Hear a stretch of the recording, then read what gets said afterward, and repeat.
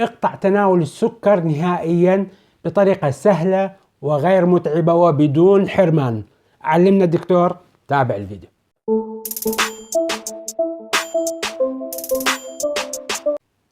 مرحبا متابعينا الاعزاء ومشاهدين الجدد في كل مكان. في الحلقة الماضية تكلمت عن عدم قطع تناول السكر بطريقة مفاجئة، وما هي الأضرار التي سوف تسببها هذه الطريقة الخاطئة وتؤثر على حالتنا النفسية والصحية وحتى الاجتماعية. يمكنك مشاهدة هذا الفيديو على الرابط هنا أو في آخر الفيديو. اليوم نتكلم عن كيف تقطع تناول السكر بطريقة سهلة وبدون معاناة، عن تجربة. أنا لغاية الآن صار لي 1 و3 أشهر قطعت تناول السكر نهائيا، وحاب اليوم أقاسمكم تجربتي وما الطريقة اللي أنا اتبعتها لكي يعني أخلص جسمي من الاحتلال السكري، لأن أنا كنت أحب أشرب المشروبات المختلفة بإضافة كمية كبيرة من السكر. واليوم راح أقاسمك هذه الأسرار وخليها تكون صدقة جارية عني وعن والدي يوم لا ينفع مال ولا بنون. الخطوة الأولى، طبعا هي 3 خطوات. الخطوة الأولى الخطوة النظرية. ما هي الخطوة النظرية؟ هي تهيئ الحالة النفسية والاتفاق مع العقل. ليش؟ لأن إذا ما كنا متفقين مع القائد العام للجسم وهو العقل لكي يساندنا في هذه الثورة الصحية المباركة، إذا ما قمنا بالاتفاق مع العقل فسوف يفشل هذه الخطوة. طيب كيف نحضر حالتنا النفسية والعقل يتفهم هذا الموضوع؟ عن طريق قراءة معلومات عن أضرار تناول السكر على صحة الجسم وما هي الأمراض التي يسببها، مشاهدة فيديوهات كثيرة موجودة على الإنترنت تشرح هذه الأمور، وحتى على القناة يوجد عندي قسم خاص أتكلم عنه عن السكر وجميع هذه الأمور. طبعا يمكنك مشاهدته على الرابط هنا أو موجود في قسم خاص على القناة. بعد ما هذه الأمور أنت تتفهمها سوف تضع لك خطة لكي تتخلص من هذا الاحتلال السكري، لأن هذا السكر يؤثر على صحتنا وعلى حياتنا بشكل مباشر. وأرجو أن تنتبه لهذه المعلومة، أنه في عوائلنا للأسف يوجد هناك حالات وراثية كثيرة وخاصة متعلقة بمرض أو داء السكري، فيجب الانتباه لهذه النقطة. فبعد ما تحضر نفسك وتعرف أنه هذا السكر يؤذيك وما يفيدك، نبدأ بالخطوة التالية وهي الخطوة الثانية، أو أسميها أنا الخطوة العملية. طيب شلون الخطوة العملية؟ النقطة الأولى من هذه الخطوة أن تقلل من تناول المشروبات.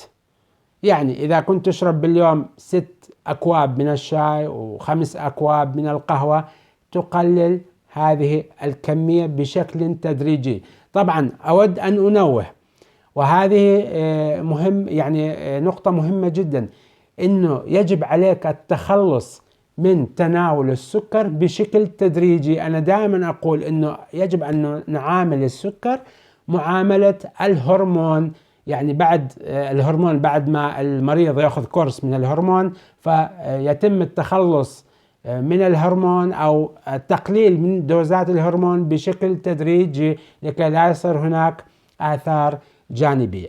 هاي أول نقطة، نخفف من عدد الأكواب. يعني إذا كنت تشرب اليوم 6 أكواب شاي، خليها 5 أكواب، بس مو بطريقة مفاجئة، يعني كل يومين، كل 3 أيام تخفف كوب. هاي أول نقطة. النقطة الثانية تقليل حجم الأكواب. يعني أخوكم بالله كان أحب أن هذا الماء الكبير أعبيه شاي وأشرب أوكي، صرت أخفف من الأكواب، أصغر حجمها، وبهذه الطريقة تقل. النقطة التالية تقل كمية السكر، وأما تقل كمية السكر ما يتغير طعم الشاي والقهوة علي، يعني أحس بنفس طعم السكر ولكن الحلاوة ولكن قمت بتخفيف معالق السكر، ولكن عقلي والريتسبت وجميع حواسي تأخذ نفس الحلاوة السكر، ولكن خففت. وما دام أنت تخفف من كمية السكر فأنت بطريقة تدريجية تحرر جسمك من هذا الإدمان على السكر. هذه نقطة مهمة. النقطة التالية تقليل عدد الأكواب الصغيرة. حتى هاي عدد الأكواب نقللها وننقل القسم المسائي إلى قسم النهاري. يعني أشرب هذه الأكواب في الفترة الصباحية أو في فترة الظهيرة في فترة العصر، وبالليل في المساء ما أشرب، فأنقل الكمية تبعت المساء إلى القسم أو اليوم القسم الأول من اليوم، وبهذه الطريقة أيضا ما أحس بالتغيير الكبير. النقطة التالية أو الخطوة التالية المهمة أنا سميتها الآن نشوفها على السلايد، سميتها الخطوة الثالثة، البدائل المطروحة. يعني مو من الطبيعي إذا أنا صار لي 30 سنة أشرب شاي وقهوة بكميات كبيرة وبمعالق سكر كثيرة إنه أقطع هذا الشيء وما عندي بدائل. زين، انطيني شيء يعوضني، انطيني شيء يساعدني أتحمل هذا الشيء، لأن هذا مثل التدخين إخواني الكرام، يعني إدمان السكر، وإحنا شعوب نحب السكر وبكميات كبيرة. زين، ما هي البدائل المطروحة دكتور؟ أول شيء المكسرات المختلفة. ممكن أن تأخذ المكسرات أيضا تنطيك نوع من الشبع، تساعد على تعويض هذا السكر الحر اللي احنا نشربه بالمشروبات.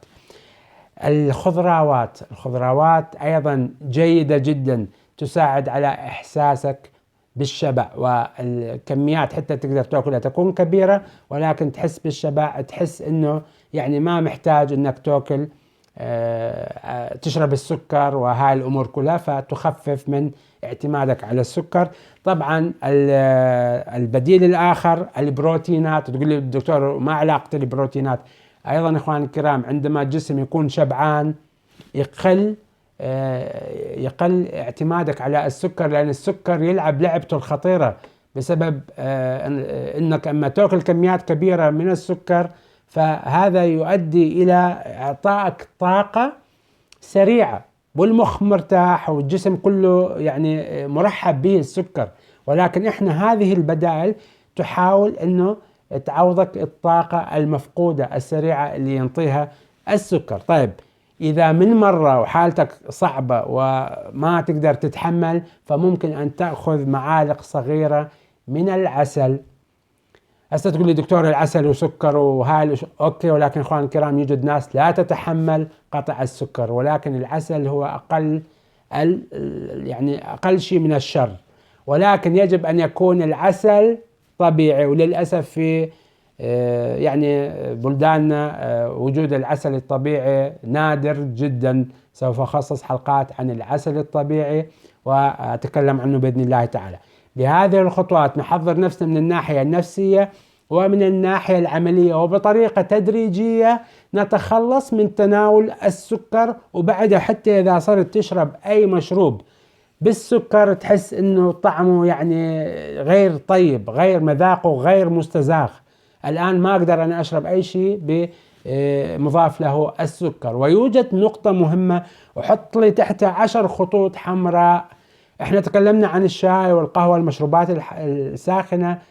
أرجوك التخلص من شرب المياه الغازية المحلى، هذه تحتاج إلى عدة حلقات بإذن الله تعالى. أعمل قدر الإمكان لأنشر الوعي وأساعد أكبر عدد من الناس. إذا عجبتك هذه المواضيع اشترك بالقناة لتصل لأكبر عدد من الناس المحتاجين لهذه المعلومات المفيدة. أحبكم بالله وإلى الحلقة القادمة.